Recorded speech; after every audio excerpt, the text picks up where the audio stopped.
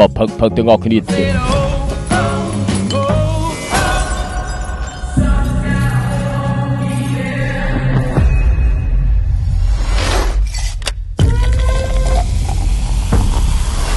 គ្រួសារអ្នកមិនរើសយកអ្វីដែលអ្នកមានប៉ុន្តែផ្ដល់ជូនអ្នកដែលស្រឡាញ់ជើលកែវខ្ញុំតែងតែដឹងថាថ្ងៃនោះមកដល់ខ្ញុំយល់ហើយខ្ញុំមិនចង់ផឹកវាទេខ្ញុំចាំគាត់ច្រើនឆ្នាំហើយឆាលីមកខាងនេះមកគាត់គឺជាឆ្កែញីគាត់មិនឈប់ទេរហូតដល់គាត់បញ្ចប់ការងារ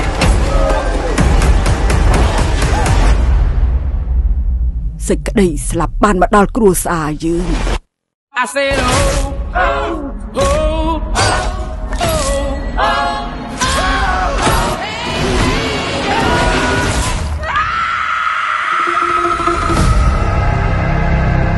លោកយាយមានអ្វីកើតឡើងចំពោះពួកយើងច្រើនឆ្នាំកន្លងទៅជួបបុព្វហេតុមួយដែលវាគឺជាអ្នកចាប់ផ្ដើមយើងបានឃើញសញ្ញាមរណៈបានកើតឡើង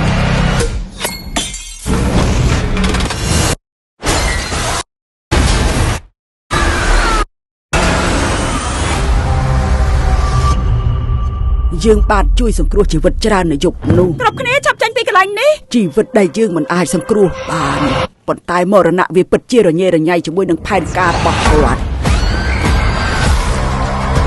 សៀវភៅនេះនឹងបង្ហាញអ្វីគ្រប់យ៉ាងដែលឯងត្រូវដឹងវាជាអ្នករក្សាសុវត្ថិភាពគ្រួសារយើងអ្វីទាំងអស់ចាប់ផ្ដើមជាមួយលោកយាយសេចក្តីស្លាប់នឹងរបស់ពួកយើងជាអ្វីដែលពួកយើងមិនធ្លាប់មានប្រយ័ត្នមានតែការអោបក្រសោបសេចក្តីស្លាប់ដែលវានៅជាមួយអ្នកមិនអាចគេចមកប្រហែលជាសេចក្តីស្លាប់មិនបរកគ្រួសាររបស់យើងទេព្រោះវាជារឿងឈ្មោះសំឡងល្អ